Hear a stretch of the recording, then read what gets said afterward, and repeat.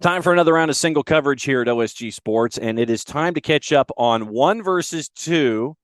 No, it's not Alabama and the folks at the top in Division One. We're going to Division Two this time for single coverage, and it's great to catch up with the man who sits second chair, color commentary on the radio side, Associate AD, Grand Valley State, the Lakers and Ferris. It is Anchor Bone. It is one versus two, Division Two. Tim Knott. Tim, thanks for going single coverage with us this week.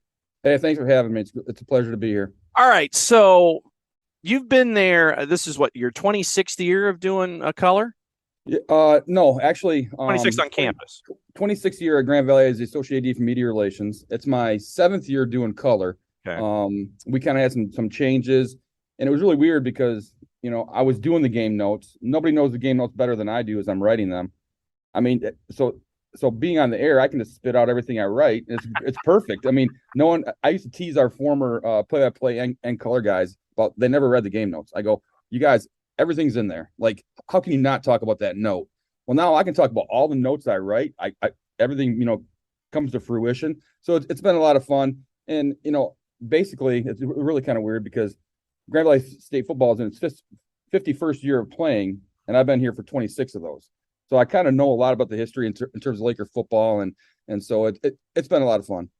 So do you remember your first Anchor Bone and what it was like?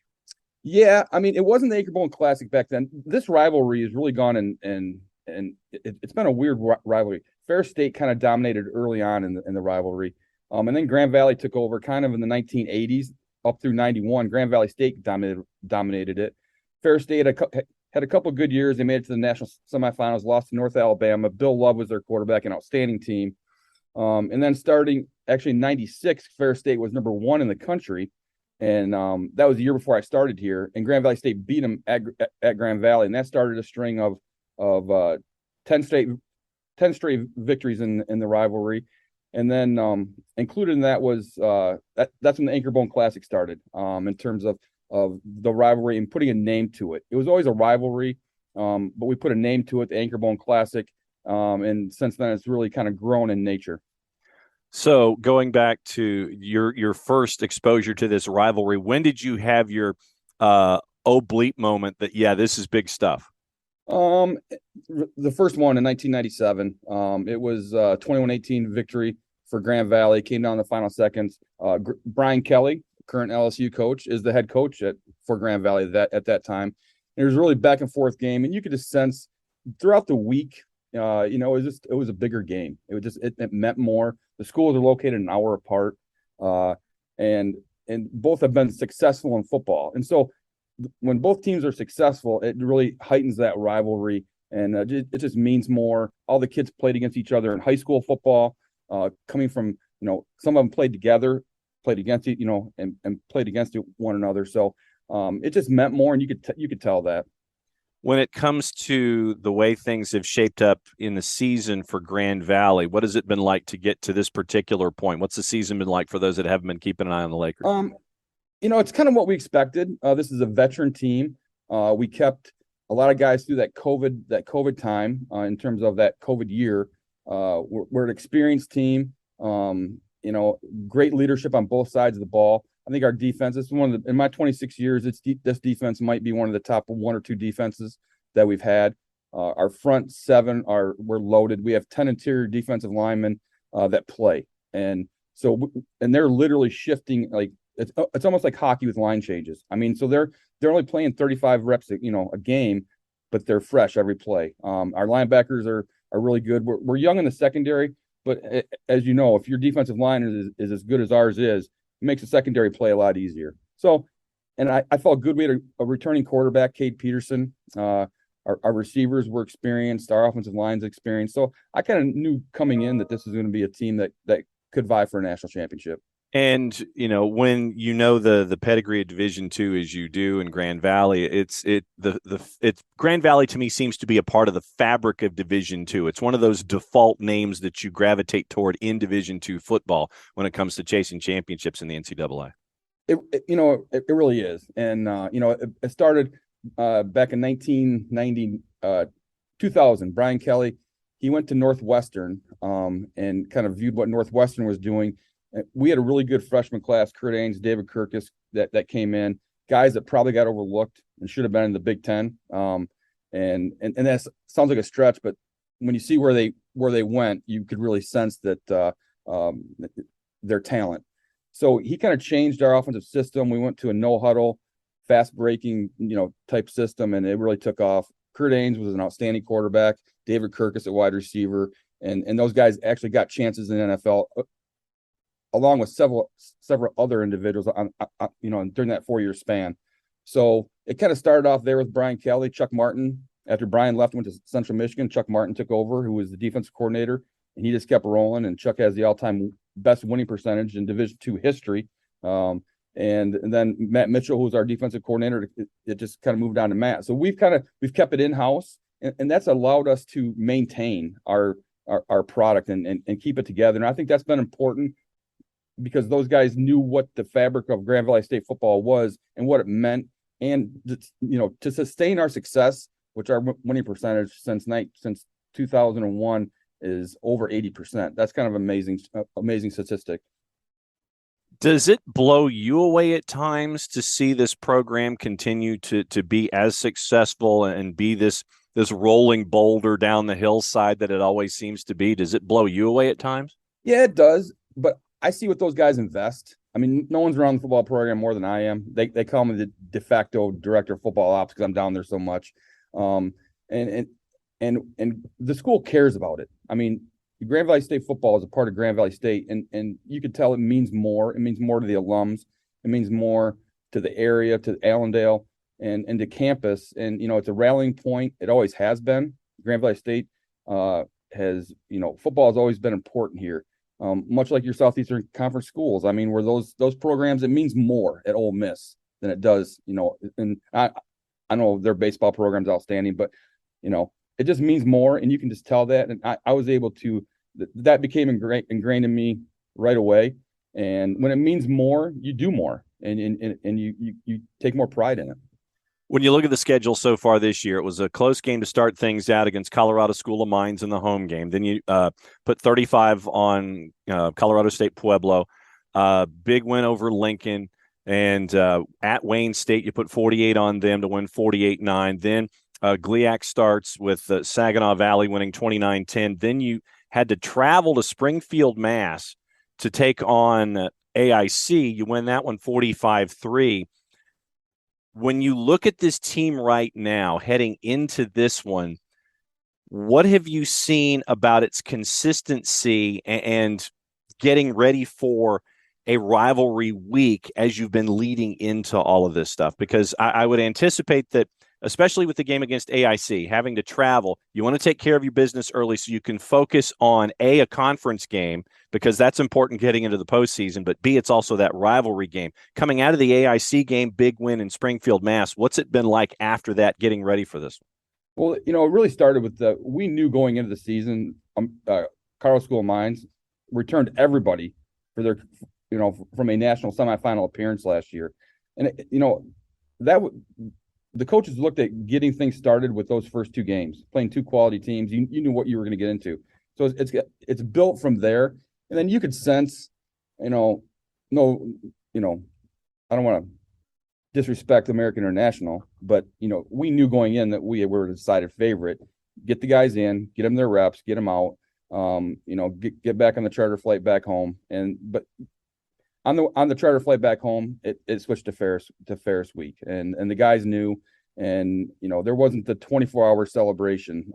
It was okay. Now it's Ferris week, and it means more to those guys. And so it was a quick changeover. The flight back, everybody got off the plane, and it went into Ferris week. How difficult is it to juggle Ferris week and all of the folks like me who come banging on your door and sitting there asking for, hey, can I have, coach for 10 or 15 minutes of his time? How difficult is it to juggle all of this stuff from an ops perspective, a football perspective, and a fan perspective, knowing that this game is as important as it is normally? This year, added to it, it's 1 versus 2. How difficult is it to navigate a week like this? It's really not, because we prepare for this, and this has been going on since 2001. In which, back in the early 2000s, it was Grand Valley, Saginaw Valley. basically the winner of that game was winning a national championship. Several times it was 1-2 between the Grand Valley and Saginaw. And so I've been entrenched in that, type of game since the early 2000s with Brian Kelly. We've had coaches who I've been so fortunate. The coaches that I've worked with in terms of speaking, Brian Kelly is among the best all time in terms of public speakers. Chuck Martin is great. And Matt Mitchell is awesome too. They handle the media aspect of it really well, and they're not bothered by it. And we don't exclude. We love the attention, and that's one thing. A lot of schools are like shun attention. We don't want, heck no. We want every TV camera at our practice. I just came back from practice. We had 3 TV stations out there for post game interviews, and it gives our guys a chance to feel like they're in the big time. And so we relish that opportunity. We want all the attention, and we want our guys doing interviews after practice and doing radio spots, and it's their chance to, really get in that moment and feel like they are in the big time, which Division II football is big time for us.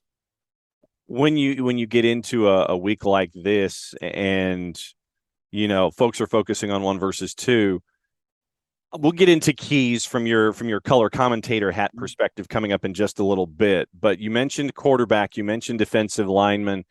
Who are some of the folks? All right, so let's go through a radio open basically, and almost treat it like TV. Okay. All right, music goes. Title card is up. It's 1-2. I feel like I'm producing a Flow Sports game here as we're talking. So Flow Sports title card comes up. I know it'll be on locally in the Grand Valley area. So then you get your records and everybody. Okay, we go through. Hi, this is you. This is me. When it comes to those players in the spot shadow, the players that we need to focus on in the intro on the TV side of things and on the radio side, who are those players for this game that you have in your spot shadow? Well, Cade Peterson, our quarterback. Everything runs through Cade. He's that guy that he's a dual threat quarterback. He's able to get you. He's able to pick up that third down on 3rd and 9 with his legs, and he has that ability. He can throw the ball downfield. A very good down the field passer. But when the pocket breaks down, he can pick it up with his feet. And those extra yards, gaining those yards, maybe the play isn't there. That's huge for our offense. He's able to pick up that first down and continue the drive. So his ability to make plays with his legs has been huge for our program, and something that Ferris State has had in the past probably 7 or 8 years. That quarterback that can make the plays with their legs and just extend that drive. So offensively, everything runs through Cade. And then defensively, our middle linebacker, Abe Swanson. Ferris State runs a very unique offense. Their quarterbacks have probably carried the ball 80% of the time this year for their offense. And so Abe Swanson, he's the leader on the defense for that middle linebacker position. And the way our defense is laid out, Abe is that guy. He's the guy that's going to make 12 to 15 tackles a game, and he kind of runs everything from that middle linebacker spot. And our defensive line, like I said, they've been so good in terms of holding up the blockers and letting our linebackers make the plays. And that's what it's going to take this week. The defensive line has to be really good. Ferris State's got a huge offensive line. Our defensive line needs to do a good job of chewing up their blockers, framing up their blockers and letting Abe Swanson go sideline to sideline. I was going to say, you've already gone into our keys to victory here, 1-2 for Anchor Bones. So when the tombstone comes up, low left-hand corner, keys to victory from Tim Knott. What are gosh, I'm trying to think of something alliterative really quickly, and I can't. Well, probably by the end of the segment I will. But yeah. So what are Tim's keys to victory here? Well, it's cliche, but turnovers. Turnovers are huge. They've bitten us in the butt the last 4 years in terms of we've had opportunities to take big leads and to just get the lead, and we've turned the ball over. Last year, we're going in to score twice. We fumbled the one. They returned it for a touchdown right before the half with under a minute left. We throw a pick in the end zone that to thwart another scoring opportunity. So turnovers are key.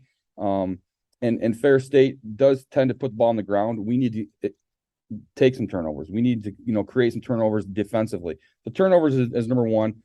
Playing with controlled emotion. Ferris State is the most penalized team in the country, and it's not even close. They're gonna be talking. Our guys got to turn the cheek and just walk away. You can't get involved. You can't be the second guy in and get the penalty. A, you don't want to extend their drives, and B, you don't want to put yourself behind the chains. They have a really good defense. We don't want to be in 1st and 25 because of a dumb personal foul. So having that controlled emotion, the game's going to be emotional. but just getting back to that. Hey, this is the key to success is to control your emotion and not pick up that dumb personal foul. So those two things, and then special teams, obviously it's huge. We've had great special teams play the entire year. Our punter is second in the nation in punting.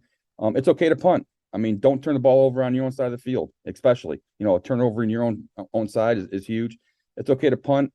It's really tough for teams to drive 80 yards on our defense. We're deep, we're talented, and they're going to make a mistake. And when they make a mistake, we take advantage of it. I figured out the name of the keys. Keys to victory. It's have and have nots. Yeah. Have and have nots. It's like, okay, I was processing. It's like, okay, so the haves and the have nots are those when it comes to number one versus number two and anchor bone. For someone who would be going to this game for the first time, what is game day like? Because I know that, with your history in the SEC and seeing Division I, and what it's like with FBS schools, I know that each and every environment has its own charms and quirks and elements of fun that we may not necessarily see. What is game day like for A, Grand Valley, and B, for Anchor Bone? Well, for those fans out there, the pregame atmosphere at Grand Valley Ferris is like none other, and it's like an SEC with a mini SEC. At Grand Valley, our tailgating festivities, there are 100 to 200 cars, RVs waiting to get into the lots that we open. It's like when I was at Florida, they came in on Thursday or Friday. Oh, yeah. And here they don't come in that early, but if they could, they would. There are lines. Our tailgating is legendary. Every lot is full. And other teams love coming in here to play a little better because of the atmosphere we create. Our stadium seats 10,440. Right now we're averaging 14,800 for a home game. So you're saying the most important guy is the fire marshal? Yes. He turns his back. So, that's a Grand Valley. Now, when we go on the road, we're the red letter game for every team. It doesn't matter. Everybody plays better against us. Everybody puts more into that week. So Ferris State has a good pregame atmosphere. They do as well, but it just gets heightened when we come up there. All right. Time for the promo. This is how we like to always do things. For folks that want to dive into this, catch number one versus number two in Division II, catch Anchor Bone. How do they do it? Lay it on me, the radio, the social media, all that stuff. Cut a promo for me for Anchor Bone. Well, gvsulakers.com, our internet, everything going into the game and leading up there. We're on Flow Sports. The GLIAC signed a contract with Flow Sports. The game is on Flow Sports. WLAV for the radio 97.0 in Grand Rapids.